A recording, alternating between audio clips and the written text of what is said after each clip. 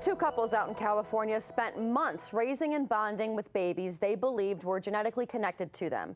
It turns out they were raising each other's children because of a mix-up at the fertility clinic. Well, now they filed lawsuits.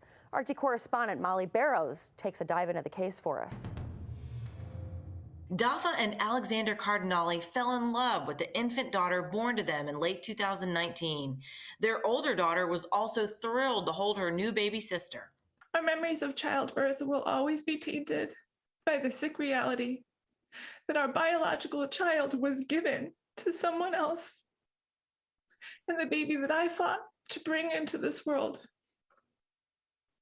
was not mine to keep.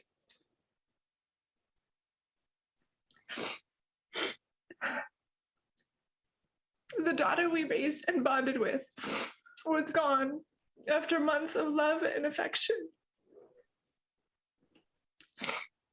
There's no way to describe the pain that we've been through, the struggle to guide our older daughter through losing the little sister she fell in love with. Conceived through in vitro fertilization, the Cardinales trusted the girl was their biological child, despite the fact the baby had a darker complexion than they do. Then they learned there was a mix-up at the LA-based fertility clinic with their embryo. Another couple was raising their child while they were raising theirs. Alexander and I are devastated. We missed an entire year of our daughter's life. I didn't get to experience being pregnant with her or birthing her. We missed her entire newborn period. We never saw our baby's entrance into the world or cuddled her in her first seconds of life.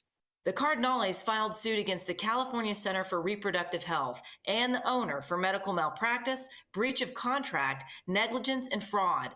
They're seeking a jury trial and unspecified damages. The other couple wants to remain anonymous, but the attorney representing all four parents say they are planning to file a similar suit. We thought that we were working within a very professional industry. We trusted people.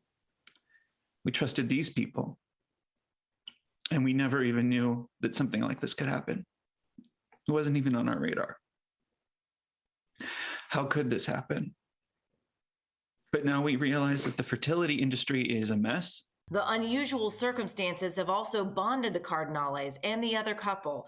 They now look at each other as family from here on out. They were just as much in love with our biological daughter as we were with theirs.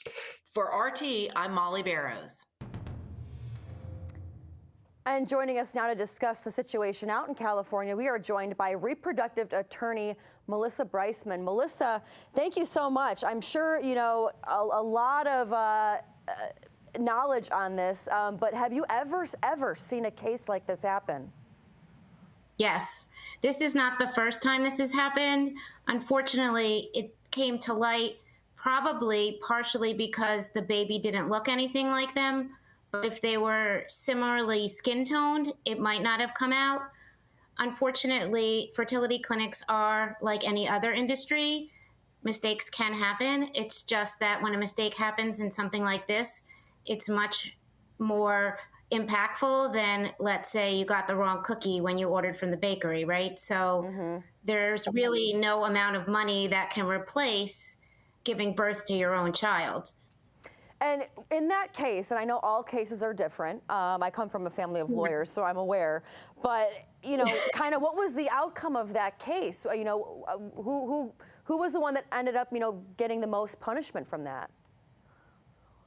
You mean this particular case? Who's going to get the most punishment, or do you mean in other cases?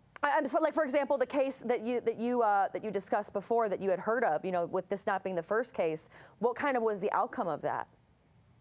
The only outcomes that you can have in cases like this are going to be money, right? That's the only thing that the fertility clinic has to give these particular couples is money. Most of the time, the settlements are sealed. They don't go to trial, and there is an undisclosed amount of money given to each couple.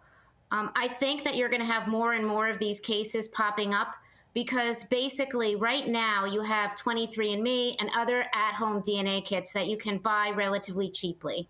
Right? So people can do DNA tests and find out, all sorts of information about who they may be genetically linked to. Whereas maybe 15, 20 years ago, if you did an IVF cycle and you had a baby, nobody thought to do a DNA test, right? More and more people do DNA tests, more and more mistakes will be uncovered. However, I still think it's a one-off to have a mistake like this. Certainly mistakes like this happen, but I wouldn't say that they are common, right? They are very uncommon to breach protocol at a clinic, but breaches of protocol are going to happen no matter how many safeguards you have. Nothing is going to be 100% foolproof.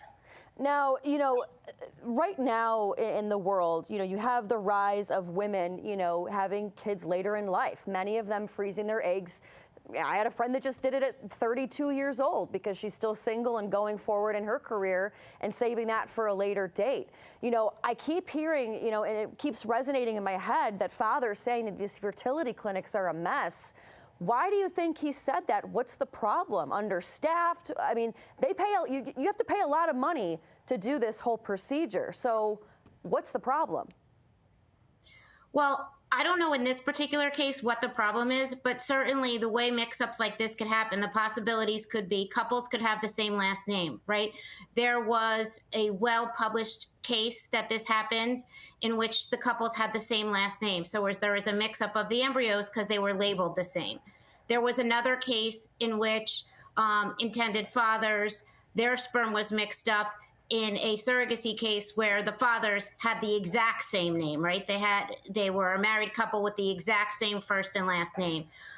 In this case, it could have been that people were having their transfer of the embryos on the same day, and the doctor picked up the wrong vial to take the embryo out of, right? So there needs to be a flowing system that doesn't have as much room for error in the past. Maybe it's in the labeling system, maybe it's in the transfer of the eggs and sperm into the dish. Maybe it could be more computerized, but probably you need an outside consultant looking at this particular clinic and seeing what is your protocol from getting that egg and getting that sperm, getting it into a person's uterus, and where is the mislabeling or mishandling happening, or is this just a one-time thing that unfortunately we couldn't prevent? And, you know, I got about a minute left, and a question that I just keep thinking of, you know, again, I'm going to be 35 in 2 weeks. I have a lot of my friends that are doing this now, you know, TV, we have kids later in life. Are these families going to have to get a lawyer now in order to, you know, before they go into this process, just in case? Well, you wouldn't get a lawyer for an IVF, right? If nothing went wrong, you would just maybe, if you want 100% make sure the baby's biology is what it thought is, maybe you get a DNA test while the baby is in your womb. That could be done now, the minute it comes out, if you want to have an extra layer of precaution. But if you have a single woman, you know, you have a lot of single women, they will need a lawyer if they're using a sperm donor, or they may want a lawyer to look over their consent forms, especially a single woman freezing their eggs. What's going to happen if they pass away? Like, do they want their best friend to have their eggs? Do they want their eggs destroyed? Do they want someone to have a baby? So I don't know if every person doing IVF wants to get a lawyer, but there certainly are reasons that you could have a consultation, and I could give you a lot of... I would say we're running out of time, but Melissa Brisman, we're definitely going to get you back on for this. Thanks so much. It was great to meet you, and thank you so much. Thank you. And that's our news, folks. Good night, and may the good news be yours.